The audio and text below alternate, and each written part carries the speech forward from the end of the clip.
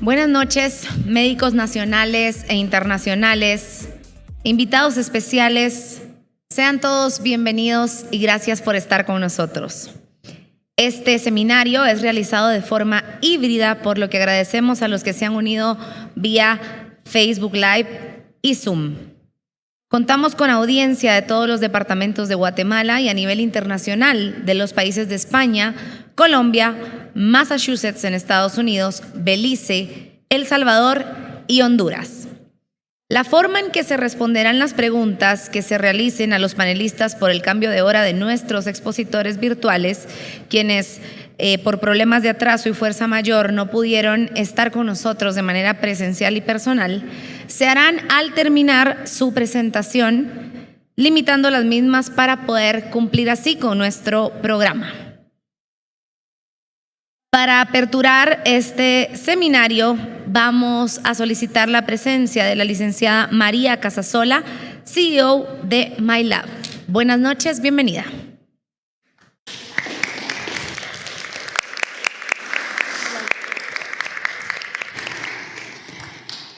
If you can dream, you can do it. Si puedes soñarlo, puedes hacerlo. Nunca dejes de aprender. Never stop learning. Debido a la pandemia del COVID-19, un grupo de empresarios y médicos unieron esfuerzos para poder apoyar a la sociedad guatemalteca. Y es en este momento donde nace el laboratorio MyLab, un laboratorio innovador que buscaba tener diagnósticos de precisión y de alta calidad, pero amarrados de la tecnología y de la inteligencia artificial. En nombre del laboratorio MyLab, la junta directiva, médicos, especialistas, profesionales, técnicos y personal administrativo, les decimos hoy gracias. Es un sueño hecho realidad para nosotros contarles que tenemos una extensión dentro de nuestro laboratorio molecular a genética especializada a través de secuenciador de última generación.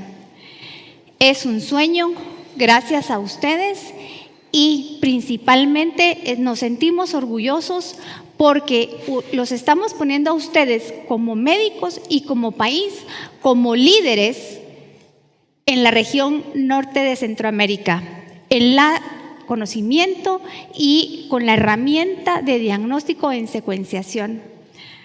Así que doy por aperturado este seminario. Por favor, nunca dejen de aprender y que lo que hoy compartimos con ustedes sean de enriquecimiento en su labor diaria como héroes médicos. Señores y señores, quiero también decirles que estamos en la era del exoma y el genoma.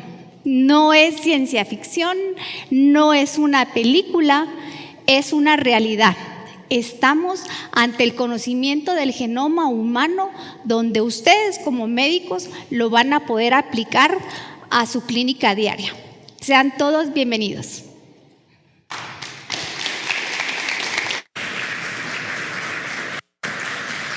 Muchísimas gracias a la licenciada María Casasola y a continuación quiero presentarles un video que realmente ha tenido un impacto que no esperábamos, un video que en promedio ha alcanzado más de 1 millón de vistas en las redes sociales, así que corre video.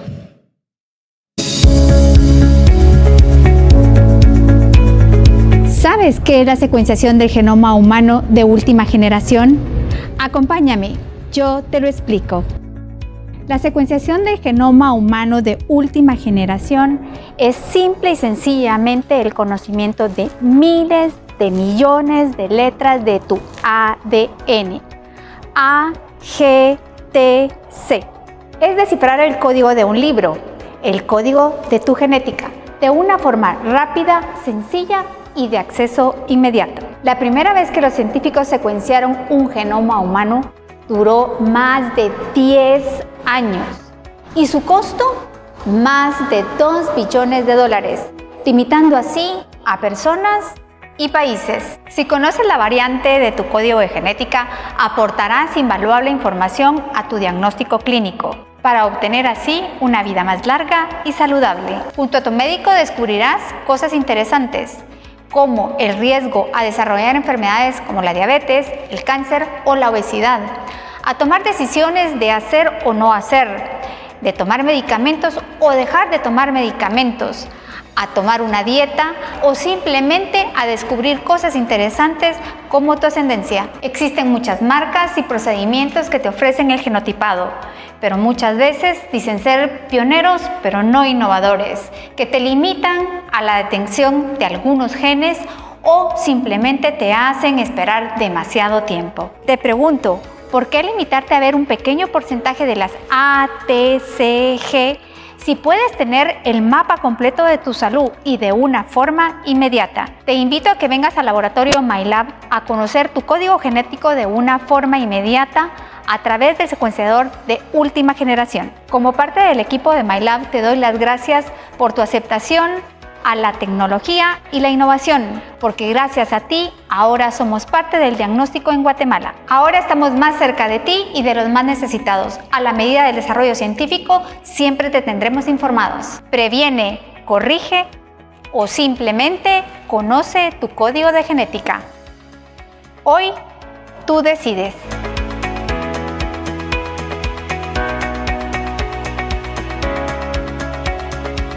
Bueno, información bastante valiosa para todos nosotros y gracias a ustedes también que se suman y que así como tenemos esta opción de innovar y de avanzar, ustedes forman parte de todo este proceso en Guatemala. Vamos ahora a darle también la bienvenida al licenciado Juan Manuel Núñez. Él es químico biólogo, bioinformático y asesor científico, representante de Thermo Fisher Scientific y está con nosotros, así que buenas noches, bienvenido.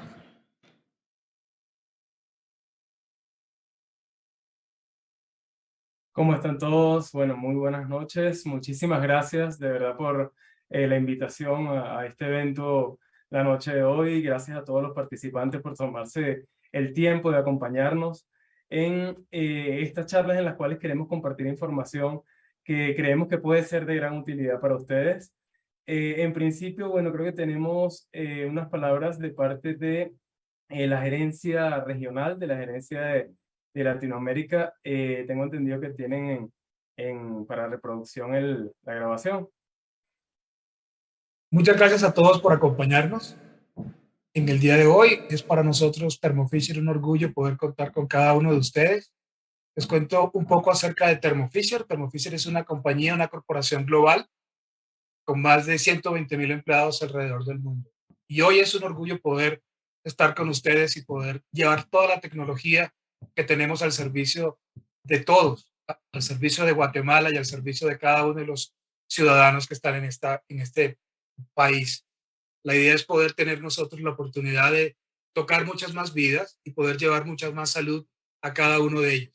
Con esta nueva tecnología vamos a tener la posibilidad junto a MyLab y obviamente con toda la colaboración de nuestro distribuidor EPROLAB de que Guatemala pueda tener la oportunidad de llegar a más personas y a más ciudadanos y poder ayudarlos a poder sanar y poder tratar de cáncer a muchos de ellos y poder darles una vida mucho más segura, más limpia y obviamente en un país que tiene mucha necesidad de poder seguir adelante. Estamos comprometidos con Guatemala y esperamos que Thermo Fisher siga siendo parte de todos ustedes y seguir colaborando con cada uno de ellos para que podamos tener la oportunidad de seguir creciendo y desarrollándonos en este país.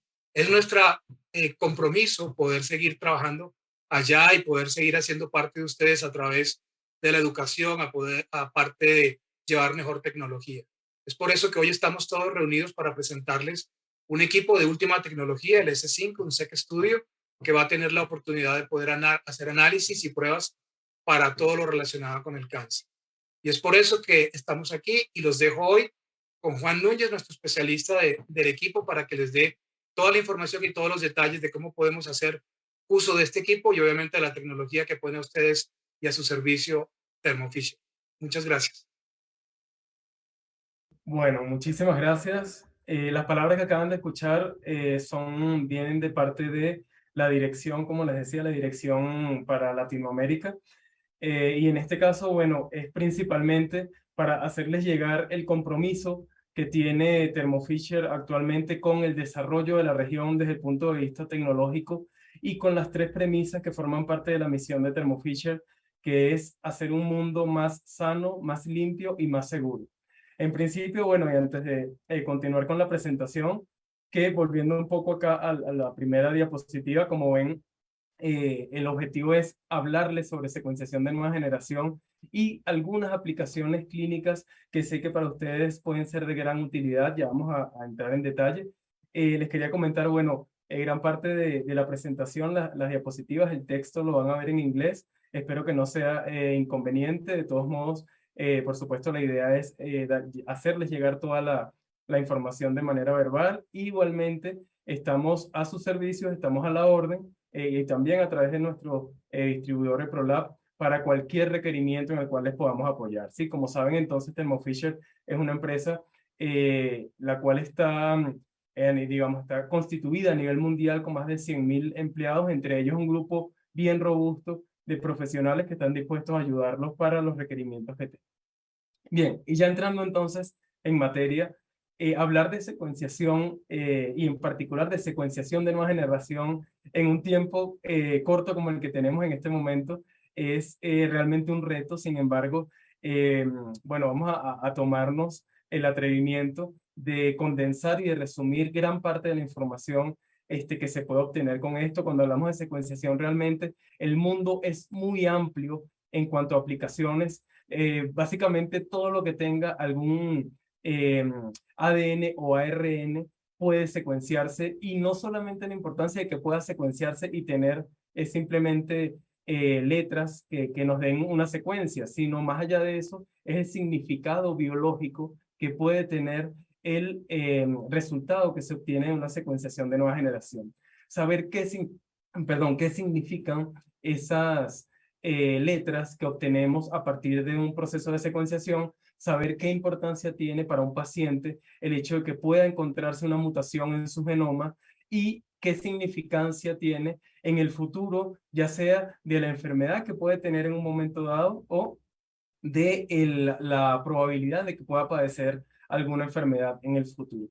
Entonces, a partir de ahí, quiero, digamos, con esta diapositiva que como ven es bastante simplista de lo que puede ser la secuenciación de nueva generación, partir del hecho de que estamos obteniendo un gran número de pequeños fragmentos, como ven acá, pequeños fragmentos de secuencias en el cual lo que hacemos es un alineamiento, una comparación con un genoma o algún genoma de referencia que se considera de un individuo sano, ¿sí? De esta manera podemos entonces determinar si en un paciente o en un individuo encontramos alguna alteración genética que pueda, como ya hemos dicho y lo vamos a decir varias veces durante la presentación, condicionarlo a tener o padecer alguna enfermedad o también desde el punto de vista de tratamiento terapéutico, alguna guía en cuanto a lo que se refiere al trabajo como tal de un médico especialista en cuanto a cómo tratar cada una de las enfermedades. Entonces nos estamos refiriendo a la posibilidad de analizar muchos objetivos, es decir, en este caso podemos analizar desde un gen completo hasta tener paneles completos en los cuales analizamos más de 500 genes en un solo panel. Incluso actualmente se tiene la posibilidad de secuenciación de genomas completos humanos o exomas completos humanos, esto para determinación de grandes cantidades de variantes en un individuo. Todo esto ocurre en el caso de la tecnología de Thermo Fisher con básicamente la tecnología que nosotros llamamos Ion Torrent, ¿sí? Esta tecnología Ion Torrent se basa, el fundamento es por secuenciación de semiconductores, y como ven, todo el proceso ocurre en estos chips justamente que llamamos chips semiconductores, en los cuales ocurre todo el proceso de secuenciación. Aquí podemos obtener la secuenciación completa, como les digo, de hasta más de 500 genes de varios individuos, o incluso secuenciar, por ejemplo, microbiomas completos. Esto significa que, hablando en términos de interés en salud humana, por ejemplo, podemos tomar una muestra de saliva de una persona y conocer todas las bacterias, incluso bacterias, hongos y virus que estén presentes en la boca de una persona. O se han hecho, por supuesto, estudios también, por ejemplo, de microbioma intestinal y su correlación con la salud y la respuesta a infecciones de una persona, entre muchas otras aplicaciones. Lo que les quiero decir con esto es que es un procesamiento de alta tecnología, de tecnología de precisión, que como ven ocurre en un chip del tamaño de una moneda. Thermo Fisher cuenta actualmente con dos plataformas, GeneXus y GeneStudio S5. No voy a entrar en grandes detalles técnicos en cada una de ellas, simplemente acá es para comentarles que la tecnología con la cual van a contar ustedes actualmente en Guatemala es la plataforma GeneStudio S5, que como ven consta de 12 equipos. Tenemos acá en el medio el equipo secuenciador y además tenemos un equipo que hace de forma automatizada un proceso clave en cualquier protocolo de secuenciación de ADN, que es la preparación de las librerías. Esto quiere decir que con la posibilidad de tener la gran mayoría del proceso de forma automatizada, se minimiza la probabilidad de algún error desde el punto de vista humano. Además de eso también está siempre correlacionado el resultado con un análisis bioinformático en el cual ustedes van a tener la posibilidad, particularmente en el mundo de la oncología, de acceder a un reporte, un resultado que les va a dar una orientación terapéutica hacia el paciente dependiendo de la mutación que se haya encontrado en el paciente. Es decir, que un paciente oncológico, cuando recibe este reporte, el médico, el especialista o el genetista va a ver en este reporte qué terapias están indicadas o contraindicadas para un paciente dependiendo de la mutación que se haya encontrado, por ejemplo. Además de información sobre ensayos clínicos que se estén desarrollando actualmente en el mundo en general en relación a las variantes que se hayan encontrado en el paciente, también publicaciones, entre otra variedad de información. Hablando ahora en términos generales sobre las aplicaciones, como les decía, realmente es un mundo muy amplio. Podemos pasar aquí unos 2 o 3 días hablando sobre potenciales aplicaciones de esta tecnología en el mundo, no solamente de la clínica, sino también de la investigación. Acá les coloco 5 ejemplos sobre aplicaciones que tienen correlación particularmente con el mundo de la salud, ¿sí? De la salud y particularmente la salud en humanos. Principalmente, por supuesto, el tema del cáncer. Ya vamos a ver un par de ejemplos sobre esto. También en el área o aplicaciones en enfermedades hereditarias. Y cuando hablamos de enfermedades hereditarias, nos referimos también, por ejemplo, al mundo de la salud reproductiva, análisis de embriones, para saber si un embrión es genéticamente sano antes de implantarlo en una madre, o saber, por ejemplo, si los padres son genéticamente sanos también o tienen la posibilidad de heredar alguna mutación que condicione a sus hijos a padecer de alguna enfermedad de origen genético. Por supuesto, una gran variedad de información genética que ya vamos a hablar un poquito más sobre eso. Otro tema también importante es el tema de la microbiología y enfermedades infecciosas. Ahí estamos hablando sobre la posibilidad de secuenciar genomas completos de virus, de bacterias. En este sentido, por ejemplo, se ha hecho vigilancia epidemiológica de SARS-CoV-2, muy de moda, por supuesto, en los últimos años. Secuenciación también para análisis de resistencia, ya les voy a mostrar algunos ejemplos de estos. Y otra aplicación también desde el punto de vista de expresión genética. Podemos saber qué se está expresando en un individuo en un momento dado, puede ser antes de presentar una enfermedad, antes de un tratamiento y después del tratamiento, entre otras aplicaciones. Acá entonces, en este sentido, primero hablamos sobre enfermedades hereditarias, ¿sí? Brevemente, por supuesto, en algunos de estos temas. Vamos a mostrarles algunos detalles sobre enfermedades hereditarias, microbiología y cáncer al final. Entonces, ¿qué información buscamos cuando hacemos secuenciación NGS, secuenciación masiva o secuenciación de nueva generación a la hora de estudiar el área de enfermedades hereditarias?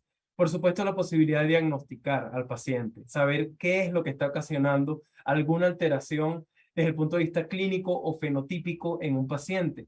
Poder clasificar las enfermedades también es un aspecto importante, porque dependiendo de la clasificación de las enfermedades, muchas veces depende otros aspectos que vemos acá también, como el pronóstico, el seguimiento de una enfermedad, el tratamiento que tiene un paciente y, por supuesto, si el paciente es un paciente sano, pero tiene algún historial familiar que puede dar sospecha de la presencia de alguna alteración genética en el paciente, se puede hacer un análisis de predisposición de los pacientes ante alguna enfermedad de origen genético. En ese sentido, entonces, van a tener la posibilidad, Thermo Fisher cuenta actualmente con una base de datos de más de 5.000 genes que ya está, digamos, publicado, está correlacionado directamente con algún tipo de enfermedad. Entonces, en este sentido, se tienen lo que llamamos nosotros paneles de genes. Estos paneles de genes lo que les permiten a ustedes es hacer el análisis de un grupo de genes que esté directamente relacionado con alguna enfermedad, ya sea, por ejemplo, alguna miocardiopatía, alguna enfermedad de tipo neoplasia, alguna enfermedad de origen neurodegenerativo, osteomuscular, bueno, como ven ahí, una gran variedad de áreas de investigación, ¿sí? Ahora bien, cuando hablamos de microbiología, estamos hablando entonces de la posibilidad de identificar a un microorganismo que esté presente en una muestra, ya sea, por ejemplo, muestra biológica de un paciente o muestra, tal vez una muestra ambiental, muestras de agua, muestras de suelos. Estamos hablando también de la posibilidad de hacer análisis evolutivos de cómo es la historia evolutiva genética, ya sea de un organismo microbiano, estamos hablando, por ejemplo, de una bacteria, de un virus o de un hongo, descubrir nuevas variantes. Esto se está haciendo, por ejemplo, en algunos países para hacer seguimiento epidemiológico de las variantes que están circulando en cada país de SARS-CoV-2 o de algún otro microorganismos, hacer análisis de metagenómica. Esto nos permite, como les decía, identificar todos los microorganismos presentes en alguna muestra y, bueno, la tipificación que está correlacionada con la identificación. Aquí les muestro unos 5 ejemplos de paneles que ya tenemos disponibles para que ustedes tengan acceso a información, por ejemplo, cómo saber si un paciente que tiene tuberculosis, Mycobacterium tuberculosis, saber con qué antibiótico tratar al paciente para saber, para esperar un resultado positivo para el paciente. Esto en el sentido que, como saben, Mycobacterium tuberculosis tiene genes que pueden conferirle resistencia a algunos antibióticos. Entonces, muchas veces al paciente se le trata con un antibiótico y resulta que no le hace nada, sino que simplemente la bacteria sigue ganando resistencia, porque tenía alguna mutación que la condicionaba a ser resistente a ese antibiótico. La posibilidad de entonces tener acceso a un panel que secuencia completamente los genes de resistencia le va a decir al médico con qué medicamento va a ser efectivo el tratamiento para el paciente. Hay otros paneles, por ejemplo, como el de ébola, como el de Zika, como el de dengue, que están diseñados para secuenciar los genomas completos, así como el de SARS-CoV-2 que ven al final. Hay otros como el antimicrobial y el pan-cáncer que están diseñados para identificar a los microorganismos que estén presentes en una muestra y para además identificar si esos microorganismos que se identificaron son resistentes a algún antibiótico también. Esto desde el punto de vista de orientación terapéutica también.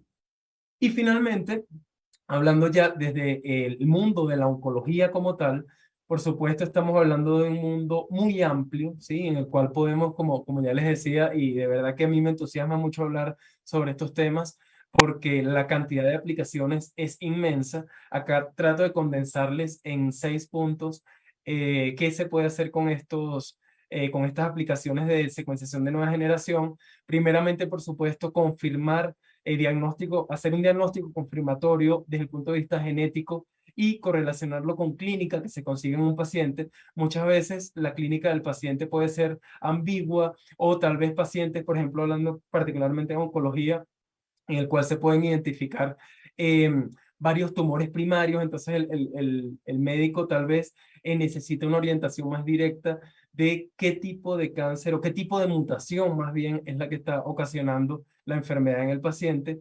Por supuesto, desde el punto de vista de pronóstico de la enfermedad, también se sabe que hay mutaciones que pueden, digamos, conferirle al tumor una mayor probabilidad de agresividad o de metástasis más rápida en cuanto a clasificaciones y tratamientos.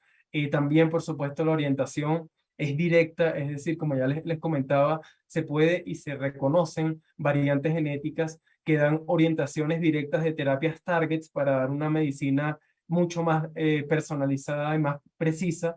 Y en cuanto a lo que tiene que ver con predisposición también, directamente se sabe que hay genes, por ejemplo, como BRCA1 y BRCA2, que están directamente correlacionados con una mayor probabilidad de padecer en el futuro de cáncer, tal vez cáncer de seno, cáncer de ovario, cáncer, incluso otros tipos de cáncer como páncreas, próstata, entre otros, ¿sí? Y también la posibilidad de hacerle seguimiento a enfermedades, por ejemplo, hacer análisis de enfermedad mínima residual, hacer análisis también de saber cómo está respondiendo un paciente en inmunoncología a lo largo del tratamiento. Son aspectos que están todos correlacionados con dos términos que ya los he comentado anteriormente y que, como ven en esta gráfica, con el tiempo lo que ha ido es incrementándose el interés en estos aspectos. Uno es el de, bueno, digamos, básicamente el mismo, pero suelen utilizarse en momentos diferentes. Uno es medicina de precisión y el otro es medicina personalizada.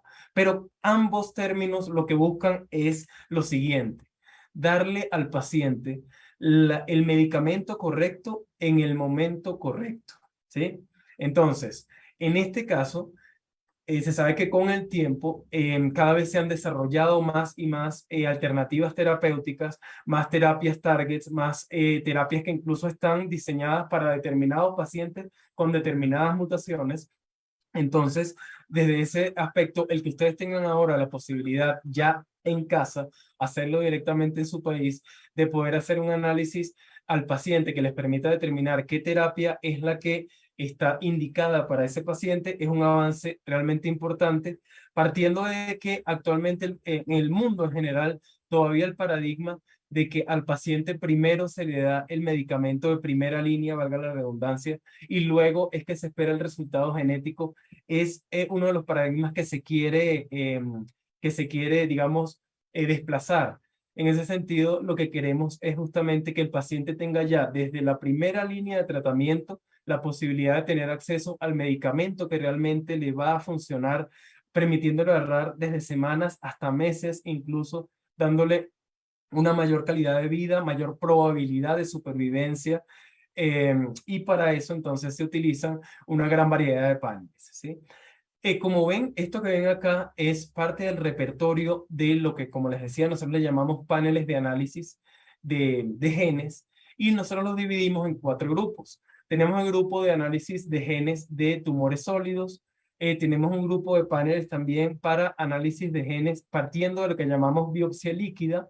Esto les va a permitir a ustedes hacer análisis y perfilamiento tumoral en muestras de sangre, es decir, sin necesidad de tener que biopsiar a un paciente, por ejemplo, con cáncer de colon, con cáncer de seno o cáncer de pulmón, que como sabrán son biopsias que requieren muchas veces un abordaje quirúrgico. En este caso, tener la posibilidad de conocer el perfil genético del tumor partiendo de una muestra de sangre periférica es un avance importantísimo. Además de, por supuesto, una mejor y más efectiva toma de muestra y más rápida, ¿no? También tenemos paneles para inmunoncología también y paneles para hematoncología. No voy a entrar en muchos detalles sobre cada uno porque, por supuesto, cada uno tiene sus aspectos. Les puedo, digamos, resumir en que van desde el análisis de 2 genes, como el Oncoma en BRCA, que son BRCA1 y BRCA2. Pasamos a otros genes que son ya de 50 genes, de más de 160 genes, hasta paneles bastante grandes de más de 500 genes. Esto va a depender, por supuesto, del interés que tenga el médico en el estudio que le vaya a hacer a su paciente. Muchos de estos paneles, importante que lo sepan, muchos de estos paneles están diseñados no solamente para un tipo de cáncer, sino para varios tipos de cánceres. Por ejemplo, el Oncoma in Focus, que es un análisis de 52 genes, pueden utilizarlo en pacientes, particularmente para cáncer de colon, pero a partir de ahí pacientes con cáncer de páncreas, cáncer de próstata, mieloma, entre muchos otros tipos de cáncer, porque son paneles que agrupan varios genes que están relacionados con varios tipos de cáncer. También otro interesante es el de leucemias mieloides y un panel que tenemos para cáncer pediátrico también, para cáncer infantil. Por último, termino con 2 ejemplos. Me disculpan, sé que excedí un poco el tiempo de la presentación. Les voy a dar solamente acá 2 ejemplos de aplicaciones que me parecen interesantes en relación a 2 paneles que tenemos. Como les comentaba, el Oncoma en BRCA, BRCA1 y BRCA2 es el primer panel que ustedes van a tener acceso en MyLab. Se están secuenciando completamente todos los exones de BRCA1 y BRCA2, es decir, que cualquier mutación que tenga el paciente la vamos a encontrar. Esto partiendo de muestras de biopsia parafinada. Ahí vamos a poder encontrar, además de inserciones de lesiones, SNP, CNVs, también duplicaciones y deleciones. Y va, así como los otros paneles, también correlacionado con la posibilidad de tener acceso al reporte que nosotros llamamos Oncomine Reporter, con la orientación terapéutica. Acá ven entonces una publicación muy interesante en la cual se hace un estudio de pacientes que han sido sometidos a un tratamiento con un tipo de inhibidor de las enzimas PARP, ¿sí?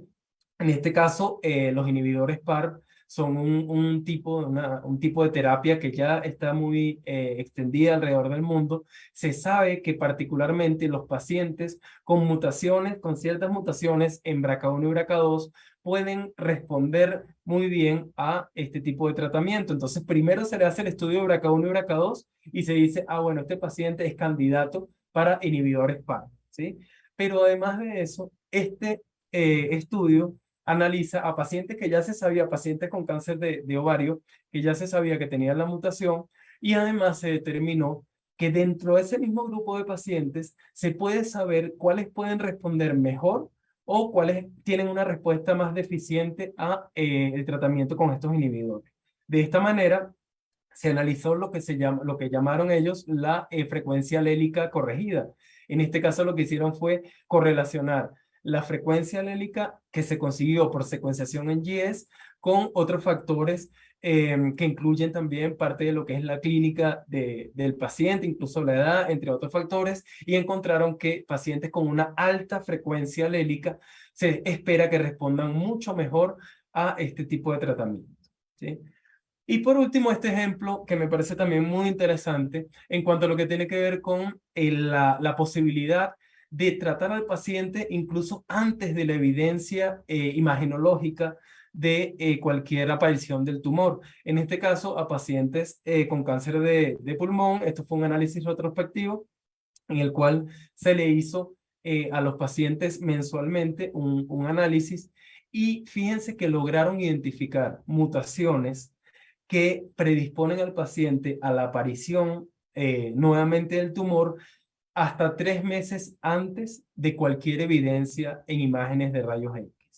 ¿Esto qué quiere decir? Que el paciente va a tener incluso acceso a una terapia mucho antes de que el tumor vuelva a aparecer por la aparición de estas mutaciones. Esto es, por supuesto, una ventaja tanto para el paciente, que va a empezar a recibir su tratamiento en el momento adecuado antes de que aparezca la enfermedad en el tumor como tal sólido, y el médico también de hacer una planificación terapéutica mucho más efectiva y a tiempo.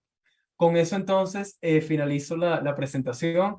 Espero de verdad que esta información haya sido útil para ustedes. Hola, buenas noches. Antes que nada, agradecer a MyLab por esta invitación tan especial que me hicieron hoy. Es un placer estar con todos ustedes aquí y con todos los que nos están viendo de manera virtual. Hoy vamos a estar hablando acerca de lo que es la genética clínica, sus diferentes aplicaciones que tenemos dentro de las especialidades de la medicina. Me presento, yo soy la doctora María Camila Egas, yo soy médico experta en genética clínica, realicé lo que son los estudios de medicina en la Universidad de Navarra en Pamplona, España, y después hice 3 años de genética clínica en Barcelona, en el Hospital Sant Joan de Déu y la Universidad de Barcelona. Me gustaría recalcar la importancia de lo que es la genética clínica. La genética clínica realmente es un área de la medicina que está relacionada fundamentalmente con todo lo que son los defectos congénitos y alteraciones y desórdenes hereditarios que podemos encontrar en pacientes.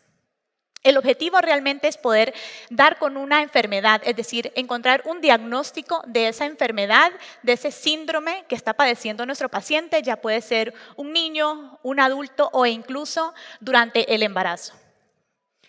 ¿Cuál es el objetivo principal de ese diagnóstico? Encontrar una posible prevención para una enfermedad, como podría ser el cáncer, o buscar un manejo terapéutico o un tratamiento para que ese niño o ese adulto o incluso ese bebé pueda llevar el mejor estilo de vida.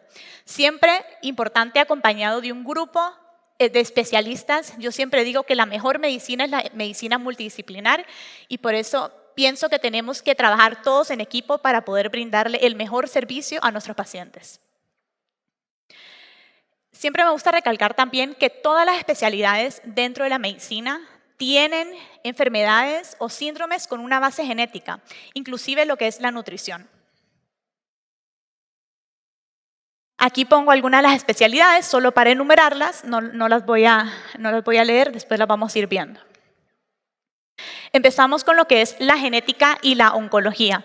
Cuando hablamos de la oncología y la genética, podemos hablar de dos pruebas en específico. Podemos hablar de todo lo que es cáncer hereditario, es decir, de una muestra de sangre periférico en un paciente que posiblemente pueda tener antecedentes familiares o antecedentes personales de algún tipo de cáncer. Podemos realizar un estudio genético para identificar si ese paciente tiene mutación en alguno de los genes que confieren riesgo para desarrollar un cáncer en un futuro. Con este diagnóstico, con este resultado, ¿qué hacemos o qué implicación clínica podemos tener? Pues realmente, hoy en día, gracias a la ciencia y los tratamientos que han avanzado, podemos darle al paciente un estimado, un porcentaje de cuál es su riesgo de padecer ese tipo de cáncer, que claramente va a depender de la mutación. Y con ese riesgo podemos manejar medidas reductoras de riesgo y podemos manejar también estrategias de vigilancia activa para poder evitar ese posible cáncer o poder diagnosticarlo en un momento bastante temprano en donde el tratamiento posiblemente sea curativo. El segundo examen que mencionamos acá es un examen de marcadores biológicos que se suele realizar en pacientes ya oncológicos, es decir, pacientes ya diagnosticados de cáncer, pacientes que posiblemente tengan un cáncer estadio 4 metastásico o pacientes que no estén respondiendo bien a un tratamiento en ese momento o que ya sea refractario. Se puede realizar por medio de una biopsia del tumor o por medio de sangre periférica que se llama biopsia líquida y vamos a analizar esa muestra para buscar marcadores moleculares que nos van a indicar a nosotros qué tratamientos son los indicados para ese tipo de cáncer. Aquí ponemos algunos de los ejemplos. Cáncer colorectal, que si encontramos mutaciones que aumentan un riesgo alrededor de un 50% de poder padecer un cáncer colorectal. Hoy en día se sabe que un cáncer colorectal en un estadio incipiente, en un estadio 1, tiene un tratamiento curativo versus un cáncer colorectal que lo vamos encontrando ya en un estadio 4 que posiblemente ya tenemos metástasis.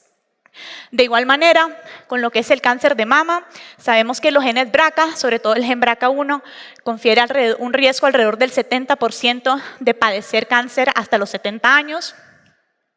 Esto es muy importante porque las mujeres igual pueden tener mucho miedo del conocimiento de si tienen o no tienen una mutación, pero realmente podemos hacer algo al respecto. Existen medidas reductoras de riesgo específicamente para cáncer de mama, en donde el riesgo se puede reducir casi a un 0%, ya que estamos quitando el tejido mamario y los ovarios, por ejemplo. Vamos a hablar ahora acerca de lo que es pediatría y genética. Comenzamos con algo muy importante que es el tamizaje neonatal, que yo pienso que en nuestros países igual no es tan protocolario, pero pues en países como Estados Unidos y España, niño que nace, niño que se va a su casa con un tamizaje neonatal realizado. ¿Esto qué es lo que hace? Diagnostica, o por lo menos, y no es un examen diagnóstico, me disculpe, es un tamizaje, por lo tanto, al tener un resultado positivo, tenemos que terminar de confirmar esa prueba con una prueba diagnóstica. Entonces, es muy importante ya que hay un 6% de niños que nacen con enfermedades metabólicas. Es un porcentaje alto y pienso que si incluimos este examen en nuestra práctica diaria, con los niños que van naciendo, esos niños van a poder tener un tratamiento desde un inicio y un mejor estilo de vida. Después pasamos a toda la parte que se llama diagnóstico de precisión en pediatría. ¿A qué me refiero? Estos son niños que tienen algún tipo de malformación cuando nacen, niños con diferentes tipos de dismorfias, y ahorita vamos a hablar de qué son dismorfias. Se hace un examen de sangre como si fuera una analítica. Esa muestrita de sangre lo que hacemos es extraer el ADN y analizarlo. Normalmente se suele analizar de diferentes técnicas. Tenemos la técnica de secuenciación masiva, tenemos técnicas de biología molecular como son tripletes, repeticiones de tripletes o MLPAs. Tenemos técnicas de citogenética que son el cariotipo y el FISH. Y con todas estas técnicas podemos proporcionar al paciente un diagnóstico. ¿Cómo elegir qué técnica usar? Pues dependiendo de la guía clínica que nos dé tanto el clínico, el pediatra que nos esté refiriendo al paciente, como lo que el genetista clínico vea durante la consulta. Vamos a hablar de lo que son dismorfias. Dismorfias son características faciales, corporales, que nos pueden dar a pensar a nosotros que hay algo genético detrás. Entonces vamos a hablar de algunas. En la cara, por ejemplo, podemos tener algo que se llama hipertelorismo, que aquí ponemos una foto que es un aumento de distancia interpupilar. Tenemos también otra que serían las fisuras palpebrares descendentes. Después tenemos las narinas antevertidas, que vemos la foto acá. Las narinas antevertidas es simplemente pues, las narinas un poco más elevadas de lo común. Son signos muchas veces, sutiles, pero cuando van acompañados de otras cosas, como por ejemplo una malformación en el corazón, una hiperexsensibilidad, una talla baja, una infertilidad, pues entonces van cobrando relevancia. Un filtrum largo, corto o plano, un labio superior fino. Después en el cuerpo, algunas son en las manos, podemos encontrar una sindactilia que pueden ver acá. Una aracnodactilia, una uña del quinto dedo atrófica que muchas veces pasa desapercibida, pero si la encontramos es muy sugestivo de un síndrome genético en específico. En el tórax podemos encontrar un pectus excavatum o carinatum y en el cuello pues un pterygium coli. Estos son diferentes dismorfias. Ya habiendo visto las dismorfias, vamos a plantear un caso clínico de pediatría para que vean en la práctica clínica más o menos cómo se maneja. Entonces tenemos un paciente varón de 4 años de edad que se remite a genética por un retraso en el desarrollo y también tiene rasgos de TEA, es decir, rasgos de autismo. En la consulta pretest se detectan rasgos dismórficos y se sospecha ya algo. Esta es la foto del paciente, por así decirlo. Entonces, algunos de los rasgos dismórficos que encontramos son unas orejas despegadas, tiene una cara alargada y estrecha, tiene una mandíbula inferior prominente y nos cuenta que también tiene deficiencias tanto auditivas como visuales. En la consulta, pues ya establecemos un plan de actuación. Nosotros como genetistas sabemos que cuando tenemos un paciente con rasgos TEA, discapacidad intelectual, directamente tenemos que empezar con un microarreglo. ¿Por qué? Porque un microarreglo es el examen indicado para empezar a detectar e intentar diagnosticar síndromes con este tipo de clínica o este tipo de signos. Pero también por la dismorfología que encontramos en el paciente, sospechamos que pueda haber otra cosa detrás. Entonces se mandan a realizar 2 exámenes. El microarreglo o el array CGH y el MLPA para descartar directamente una enfermedad que se llama síndrome de X frágil. El array viene normal, el MLPA viene positivo con más de 200 repeticiones para el triplete CGG. Esto quiere decir que encontramos un diagnóstico de X frágil, que es una enfermedad de expansión de tripletes, específicamente los tripletes CGG, que están en el gen FMR1. Y esta es una herencia ligada al X dominante. Normalmente las personas que tienen clínica son los varones, suelen ser los que más presentan clínica. Sí es cierto que se ha visto reportado en la literatura que las mujeres pueden estar premutadas y que algunas pueden presentar clínica, pero no es lo común.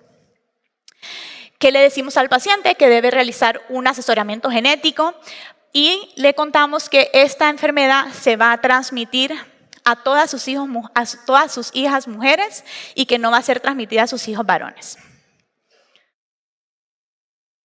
Ok, hablamos de la genética y la ginecología. Dentro de la ginecología realmente tenemos bastantes vertientes. Dependiendo de cuál es la clínica, podemos atacar toda la parte de infertilidad y esterilidad de una pareja. También podemos llevar un embarazo saludable, ¿verdad? Entonces vamos a hablar un poco de eso.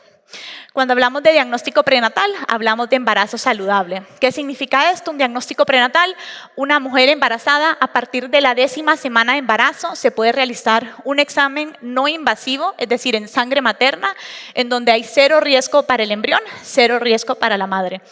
En la sangre de la madre, a partir de la 10ª semana de embarazo, encontramos células fetales.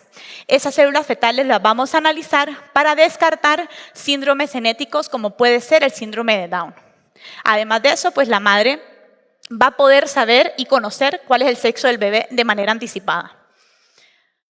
Tenemos también otro tipo de exámenes que podemos ofrecer. Cada vez más se ha visto que la salud endometrial de la mujer cobra relevancia cuando hablamos de fertilidad. Se han visto ya muchos casos, por ejemplo, de tratamientos de fertilidad in vitro que fallan o mujeres que no logran quedar embarazadas y que el problema es una endometriosis que no ha sido diagnosticada o un microbioma endometrial que no es el apropiado. Entonces, todo eso lo podemos ver con una biopsia de endometrio y realizando exámenes genéticos para poder detectarlo y poder darle a esa pareja y a esa paciente el mejor consejo genético de fertilidad para que puedan formar una familia. Hablando también de lo que es el asesoramiento genético, es muy importante que sepamos que el 5% de las parejas son portadoras de una mutación en el mismo gen. Y aquí estamos refiriéndonos a enfermedades autosómicas recesivas. Tenemos un examen que se llama el examen de compatibilidad genética, que lo que realiza es estudiar a la pareja, al esposo y a la esposa. Se saca sangre de cada uno y se realiza un estudio para ver si coinciden en una mutación en el mismo gen, porque esto va a referir a un 25% de probabilidad que el bebecito que tengan traiga una enfermedad genética. Entonces, realmente se suele realizar de manera preventiva. La otra parte que estábamos comentando es la parte de infertilidad. Cuando hablamos de infertilidad, hablamos sobre todo de abortos de repetición. Son parejas que vienen después de 2 abortos, 3 abortos, hasta 4 abortos he visto yo en la consulta. Ya se dieron por vencidos, ya no quieren ni gastar plata ni nada más. Entonces, realmente el asesoramiento genético en este momento se basa muchísimo en tratar de darles una gotita de esperanza, decirles, aquí en genética todavía hay algo que podemos hacer por ustedes. Podemos realizar un cariotipo a la pareja, se realiza a ambos, para ver si igual hay alguna alteración en los cromosomas. ¿Qué tipo de alteraciones nos podemos encontrar?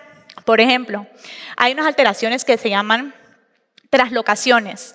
Y cuando las traslocaciones están balanceadas, el paciente no presenta clínica. Pero estas traslocaciones balanceadas, cuando nos quedamos embarazadas, se pueden perder el balance y en ese momento, en el embrión, cuando ya no están balanceadas, hay una deleción o hay una duplicación de un cromosoma causando trisomías o monosomías que normalmente no son compatibles con la vida. Por lo tanto, causando abortos de repetición. Entonces, esto puede ayudar a las parejas a saber la causa y con esa causa poder darles un consejo de fertilidad para que puedan conseguir un embarazo. El segundo examen que vemos acá es un examen que analiza restos fetales. Esto es una mujer embarazada que tiene un aborto en curso. Entonces, realmente viene antes del legrado. El ginecólogo dice, tengo la paciente, ya no hay latido fetal, es aborto en curso. La remiten a genética, nosotros lo que realizamos es, aparte de explicarle un poco todo, la parte del asesoramiento genético, les ofrecemos esta prueba. Cuando se hace el legrado o incluso si la paciente lo recoge en casa también funciona. El tejido fetal o lo que pueda recoger de la expulsión del aborto, todo eso lo analizamos para ver cuál es la causa de ese aborto. Porque con esa causa podemos ver si hay un riesgo de recurrencia para futuros embarazos, es decir, va a tener más abortos o realmente es algo espontáneo. ¿verdad? O también si hay manera de evitarlo, porque posiblemente lo que encontremos en el bebecito sea causa de una alteración del cariotipo de los padres. Entonces tendríamos que después hacerle cariotipo a los padres. Entonces realmente funcionan muy bien. Vamos a ver un caso clínico de ginecología para ver un poco lo que estábamos diciendo. Bueno, entonces nos llega a la consulta una paciente con un embarazo de riesgo, 12 semanas de gestación, refiere sangrado y se realiza la valoración y se identifica un aborto en curso.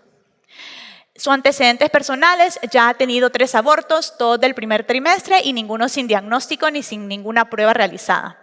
En la derivación genética se recomienda varias cosas, entre ellas pues siempre tenemos que descartar otras cosas que no sean genéticas, que igual son más frecuentes, síndrome antifosfolípido, problemas trombóticos, problemas anatómicos, ovarios poliquísticos, resistencia a la insulina, etcétera, etcétera.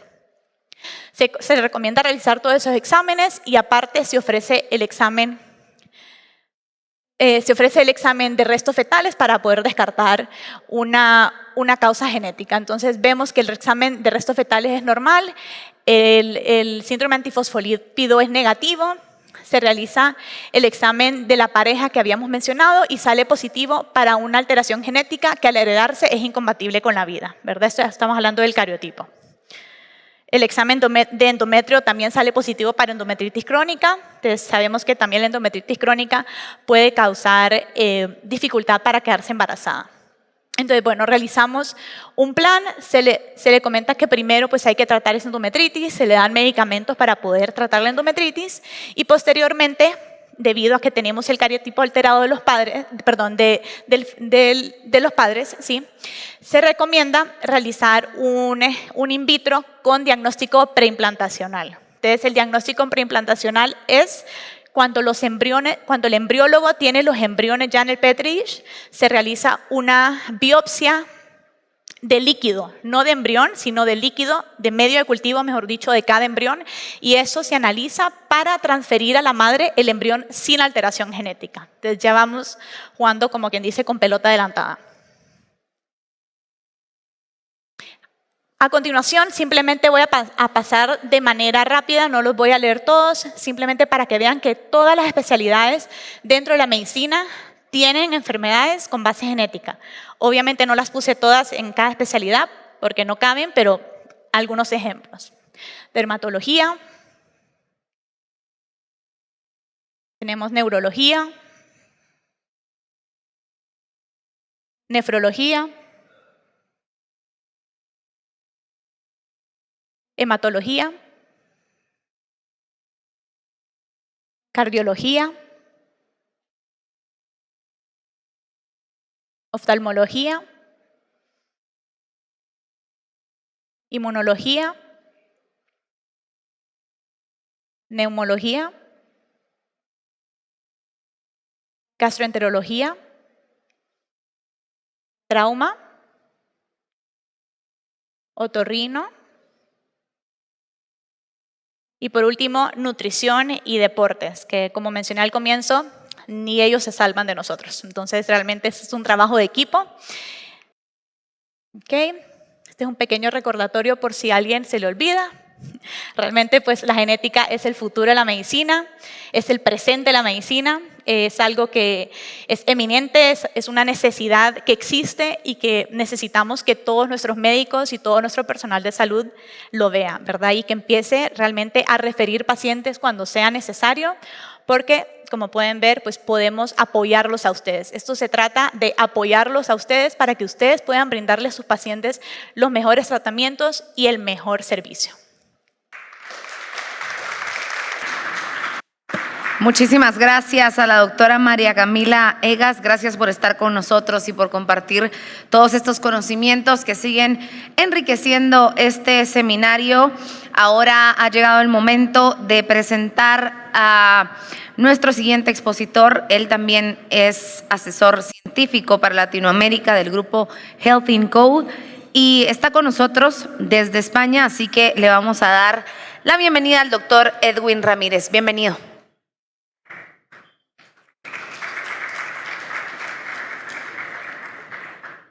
Cierto que es gratificante escuchar acentos conocidos y con tanto nivel. Además me subieron la vara, la doctora María Camila creo que la dejó bastante alta. Vamos a intentar que la expectativa no sea superior a la realidad.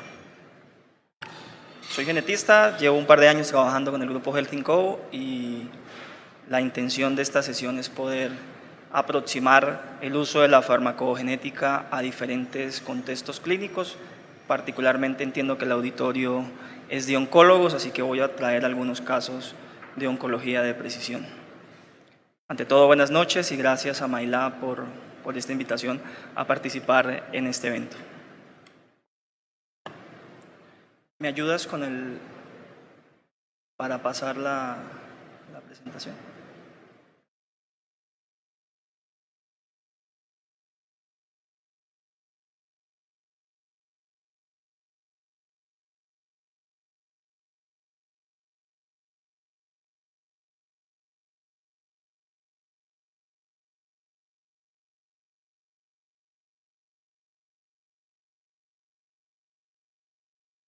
Bien, la terapia farmacológica asociada a la prescripción médica genera un impacto clínico relevante sobre la salud de las personas y en general sobre su calidad de vida.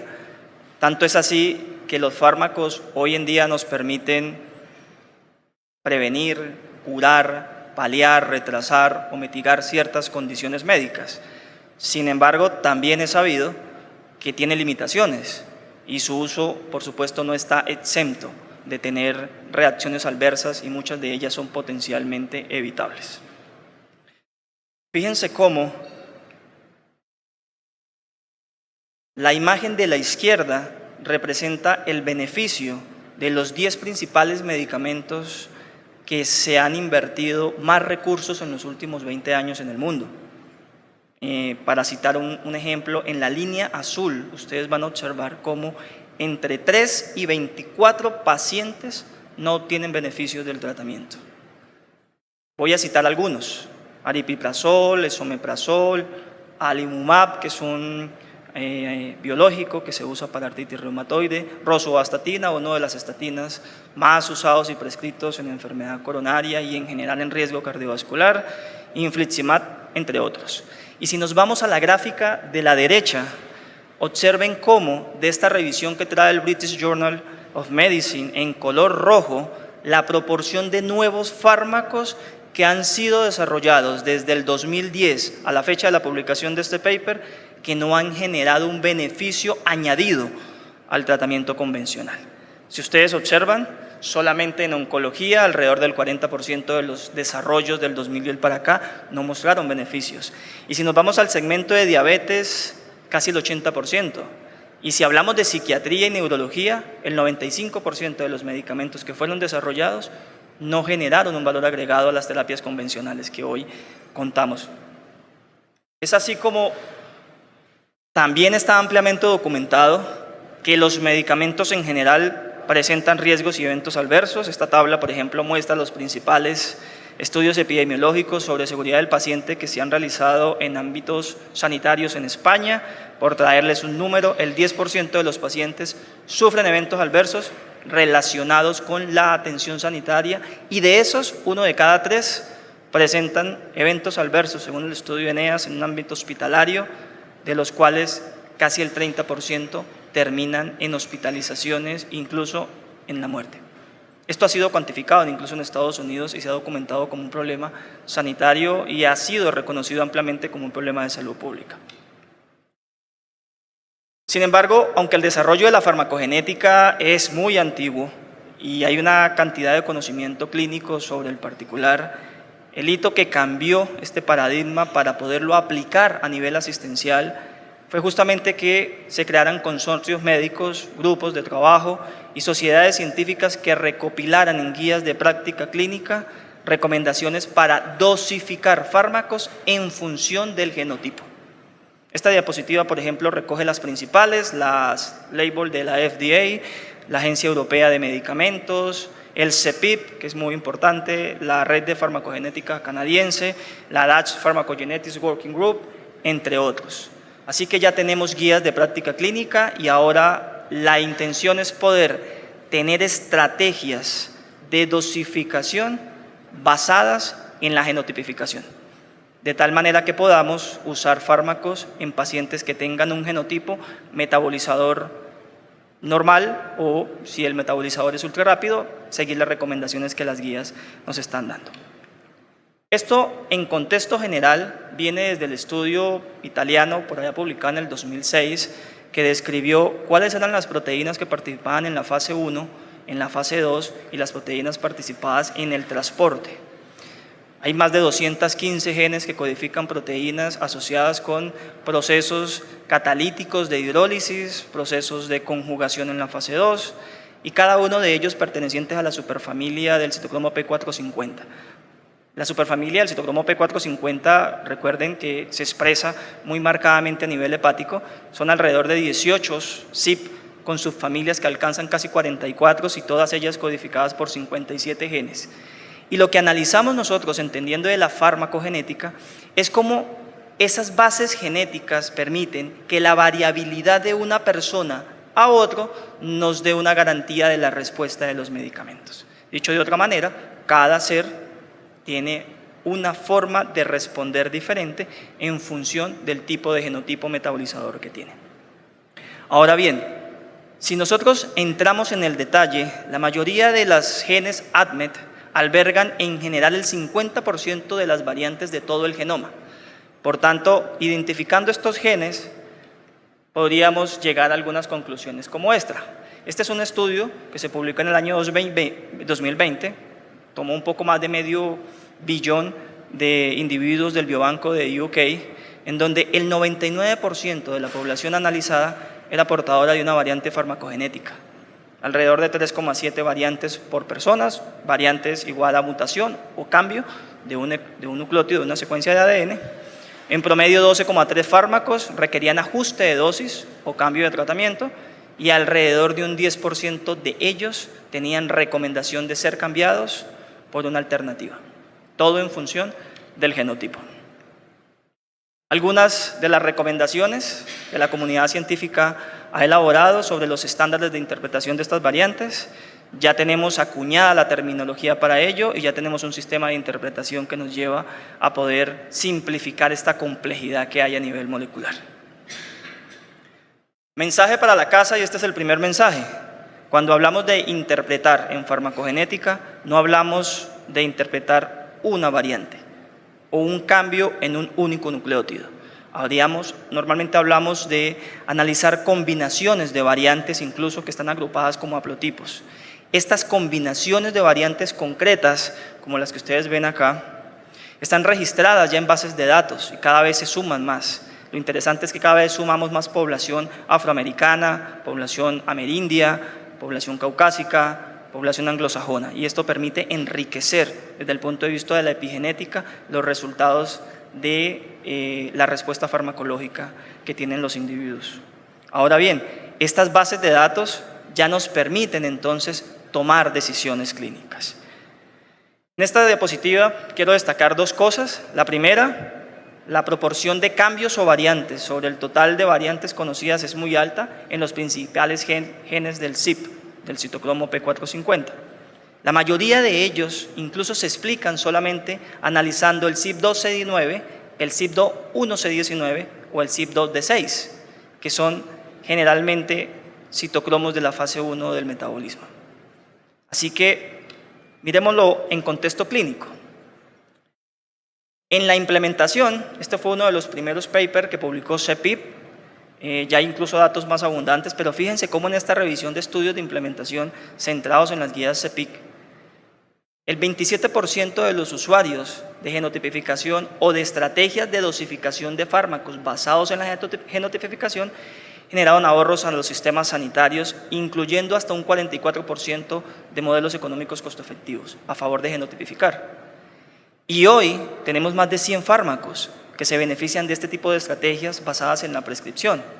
Solamente para traer algunas de las publicaciones.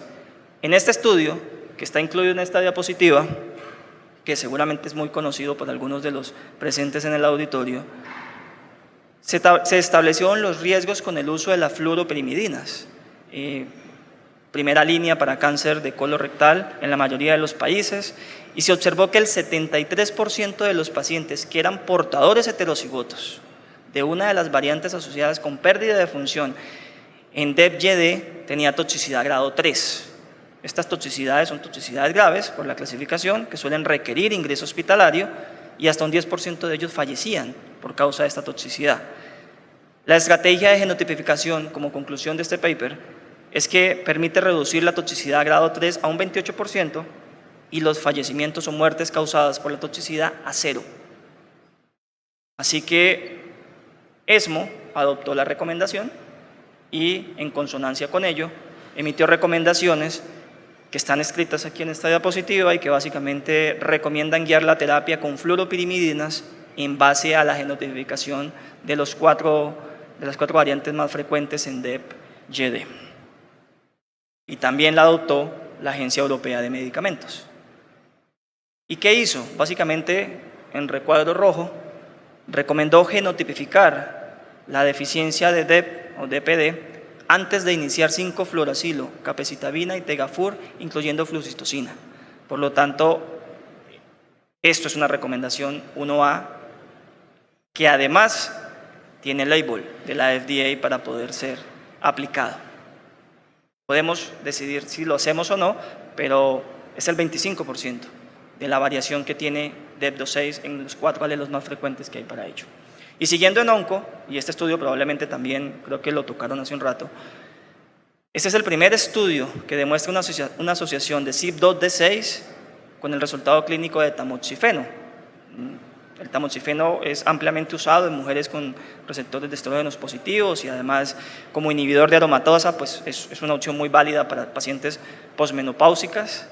Sin embargo, en este paper se documentó que los pacientes que tenían pérdida de función de la enzima en CYP2D6, que suele ser un genotipo de metabolizador pobre, ¿sí?, tenía 2 veces mayor riesgo de recurrencia de cáncer de mama en comparación con los que tenían los 2 alelos en CYP2D6 funcionales, es decir, eran metabolizadores normales. Y el papel incluso fue más allá, porque recuerden que el tamoxifeno es una promolécula, por lo tanto requiere paso hepático para volverse una molécula activa, y su molécula activa termina siendo el endoxifeno.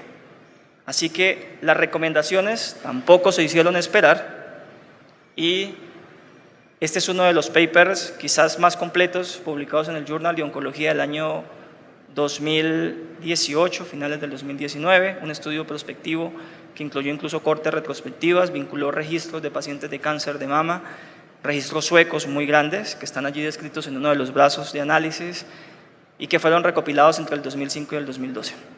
Y básicamente buscaban algo, y era clasificar al paciente en función del tipo de metabolizador que era.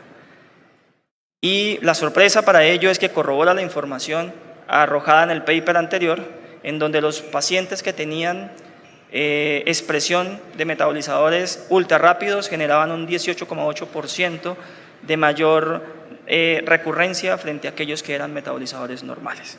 Por lo tanto, la recomendación también llegó, y aquí está claro que la asociación del genotipo de metabolismo ultra rápido para tamoxifeno está asociado a eventos adversos, incluido en guías ESMOS también el día de hoy.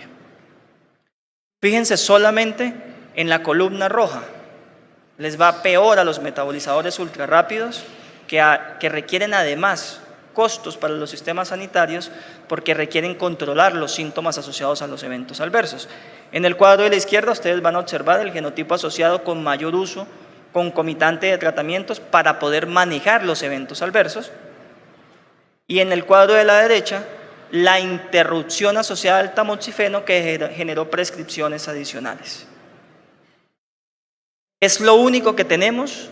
No, este es un paper bonito, es un estudio de un ensayo clínico de alrededor de 2.000 pacientes que tenían síndrome coronario agudo, que fueron sometidos a intervención coronaria percutánea, y básicamente el estudio buscaba guiar el tratamiento en función del genotipo para basar la selección de clopidogrel o ticagrelor frente al tratamiento estándar que se tiene en todos estos pacientes. Las curvas muestran los MACE, que son los eventos cardiovasculares mayores en el grupo que no tenía genotipificación, versus los MACE en el grupo que recibía tratamiento convencional estándar, básicamente basado en el juicio clínico. Las respuestas que se hicieron muestran una reducción significativa en los pacientes, tanto en eventos coronarios como en episodios de sangrado, en la corte que fue genotipificada versus en la corte que no fue genotipificada y que recibió tratamiento convencional. Solamente para que se hagan una idea, clopidogrel es mucho más barato que TICA, ¿sí? Alrededor de 200 euros versus 1.000 euros, al menos en España y en Europa, y la reducción del uso de la genotipificación pasó de un 7% en el servicio sanitario en España a un 60%. Y hoy en día es ampliamente reconocido por el mundo de la cardiología que hay que genotipificar para clopidogrel. Incluso porque la FDA lo dice. Este es el label que aparece en los insertos de clopidogrel, para que cuando tengan la oportunidad de ir y leerlo, le echen un ojo, que recomienda que todo paciente con un black box warning así de este tamaño, que vaya a ser prescrito con clopidogrel, pues se genotifique para CYP2C19. Hay que considerar tratamientos alternativos en aquellos que son metabolizadores pobres, y recuerden que lo que generamos en estos pacientes son básicamente tres cosas: retrombosis, reinfartos o muerte. Así que es muy importante. La Agencia Europea de Medicamentos también hizo lo propio.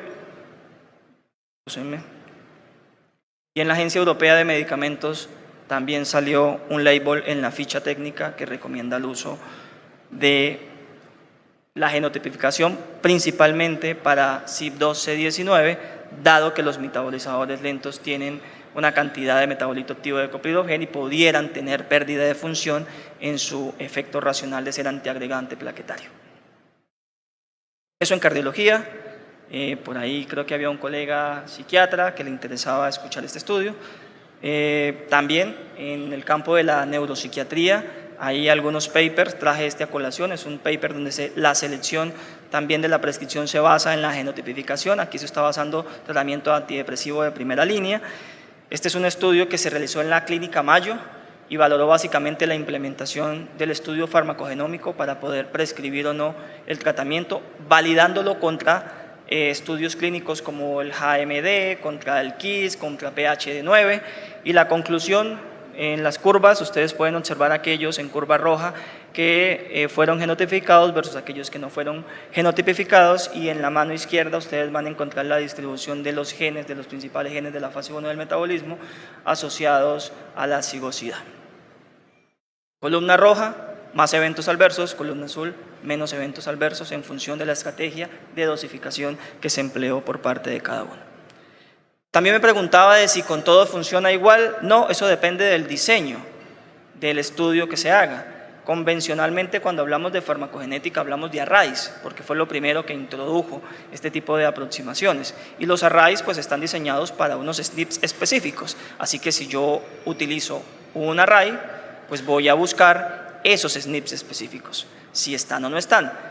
Puedo analizar variantes estructurales, puedo analizar pseudogenes, puedo analizar combinaciones. No, porque el diseño de ese abordaje no está para ello.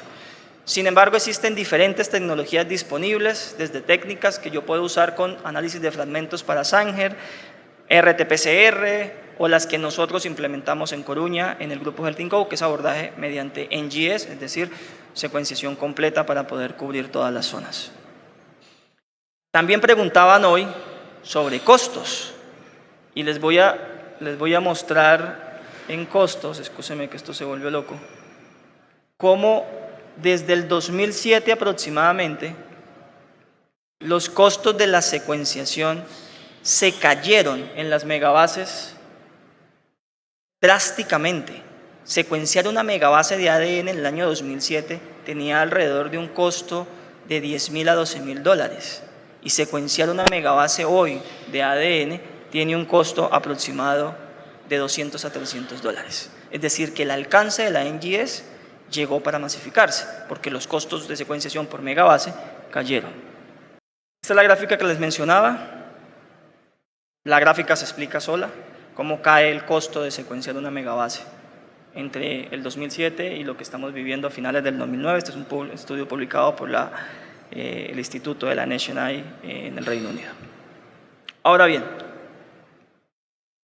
nos vamos a concentrar entonces en que si la mejor evidencia disponible es la NGS y MyLab tiene un secuenciador para poder hacer el abordaje por NGS, esto está validado en diferentes poblaciones y la respuesta es una deuda pendiente para el continente americano.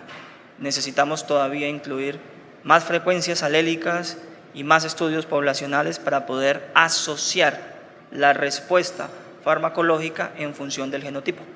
Así que creo que es una bonita oportunidad para que Guatemala se sume en esa iniciativa, que es una iniciativa global, ahora les muestro, para poder secuenciar y tener discriminada muy bien las cortes. Aquí, por ejemplo, hay cortes muy bien discriminadas y ya tenemos, por ejemplo, cómo a las cortes caucásicas, a las cortes afroamericanas les va peor para algunos tipos de metabolismos. En resumen, esta es la forma como se hace. Imagínense que salen unos datos crudos de un secuenciador, de un equipo, se analizan a nivel bioinformático y se anotan unas variantes que son relevantes. Esas variantes del paciente me determinan una sigosidad, me determinan unos parámetros de calidad, unos parámetros de cobertura y en función de ellos yo voy a determinar alelos farmacogenéticos que me permitan colocarle un cuño del genotipo y poder decir el tipo de metabolizador que es mi paciente y así guiar la terapia. Ese es de manera resumida lo que hacemos en farmacogenética. Hay otras formas, por supuesto, de poder tener estrategias de dosificación, pero aquí están los genes que se incluyen. Esto es genes ADMET, absorción, distribución, metabolismo y eliminación de las diferentes fases que se encuentran y que se destacan. Los informes generalmente van a llevar unas condiciones muy importantes. Fíjense cómo ustedes pueden encontrar este genotipo. Y este es el primer mensaje a la hora de ver el informe. ¿Qué voy a ver en el resultado de un informe de farmacogenética? Pues voy a encontrar el genotipo de mi paciente o el fenotipo molecular, como muchos le llaman. Así que podemos ser metabolizadores pobres porque tenemos pérdida de función en homocigosis, o sea, los dos alelos están mutados. Metabolizador intermedio, tengo pérdida de función en heterocigosis, uno funciona y el otro no tanto. Metabolizador normal, los dos alelos son normofuncionantes. Metabolizador rápido, hay algo de ganancia de función, o un metabolizador ultra rápido, que hay una ganancia exagerada de función por homocigosis. Eso es al final lo que ustedes van a encontrar en un informe. Y en función de eso vendría la estrategia para poder guiar la dosificación del paciente. Que sería básicamente esta, no se ve, excúsenme, en este recuadro ustedes van a encontrar la recomendación terapéutica resumida, que podría ser interpretada en estos 4 ítems. ¿Requiere un tratamiento alternativo o requiere un ajuste de dosis? Considere un tratamiento alternativo, retire un medicamento o déjelo quieto porque la respuesta de ese metabolizador es similar a la población general, por lo tanto no requiere un ajuste de dosis. Eso básicamente resume la estrategia de la farmacogenética. Nosotros trabajamos con este montón de instituciones, por resaltar el Yale, el Royal Brompton, las clínicas de Charité en Alemania, el Barth, por supuesto Majadahonda en España y el CHUAT, entre otros. Son instituciones con las cuales estamos trabajando hoy y hemos traído a colación esto. Esta es la guía resumida de más de 130 fármacos que tienen evidencia en la práctica clínica que explica un genotipo, el fenotipo molecular que tiene. Dicho de otra manera, la evidencia recomienda hacer esto. La FDA recomienda genotipificar en estos fármacos. La Agencia Europea de Medicamentos recomienda genotipificar en estos fármacos. Que no está el fármaco B, no tiene evidencia, no está en guías de práctica clínica, no lo recomienda el label. O está en fase de investigación y no hay suficiente evidencia para poder incluirlo en la librería. Cada medicamento que ustedes observan aquí están por áreas terapéuticas. Yo, en lo personal, siempre intento pedir el panel grande. Que soy genetista, que soy cardiólogo, que soy psiquiatra, que no me interesa ver lo del otro. Al final es un solo estudio genético, porque es una sola muestra. No va a cambiar, no es como una resonancia que hacemos cada año, ni un ecocardiograma que hacemos con periodicidad, es una sola estudio genético.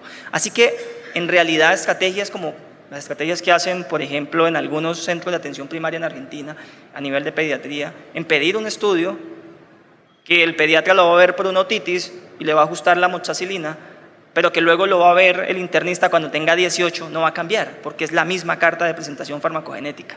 Y le permite a los diferentes clínicos en los diferentes momentos de la vida de atención de ese individuo poder tomar decisiones. Así que es una decisión un poco interesante desde el punto de vista del abordaje clínico, pero cada vez vemos lo contrario, cada vez vemos que cada área terapéutica o cada especialista pide su estudio. El cardiólogo solo quiere ver fármacos asociados a cardiología, antiarrítmicos, antiagregantes, anticumarínicos. El psiquiatra solo quiere ver del grupo de antidepresivos tricíclicos, inhibidores de recaptación de serotonina, etc. Finalmente, como les comentaba, actualmente hay grandes proyectos de implementación de la farmacogenética, están súper bien documentados en el mundo. Características comunes a ellos es que generalmente las lideran los departamentos de farmacia hospitalarios. Es decir, aquí vinculamos a los químicos farmacéuticos y a las farmacéuticas como responsables al final de toda la estrategia de seguimiento de los medicamentos. Nosotros participamos de estudios de intercomparabilidad, muchos de ellos a nivel de Europa. Ustedes notarán algo que quizás se dieron cuenta en la imagen. ¿Cuántos hay en América Latina? Ninguno. Todos están en Europa o en Estados Unidos. El mapa en América Latina se observa un poco desolado. Y bueno, para finalizar, este es nuestro equipo, estamos certificados. Responder una pregunta que habían hecho, los kits para termo están certificados y están con autorización por la FDA en Estados Unidos, y nosotros en Europa lo hacemos lo propio con la Agencia Europea de Medicamentos y con ENAC para los estudios de intercomparabilidad y las certificaciones que realizamos también a nivel interno. Con esto les digo que muchas gracias por su tiempo.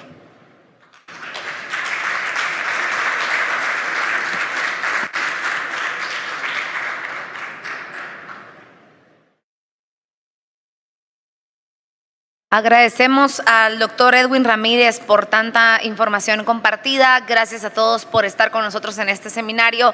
Estamos ya en la recta final. Hoy se ha compartido información valiosa y por eso también voy a llamar ahora por parte de MyLab alguien que tiene las palabras de agradecimiento y que estamos muy contentos de poder escuchar. Él es el doctor Emilio Michán, asesor médico.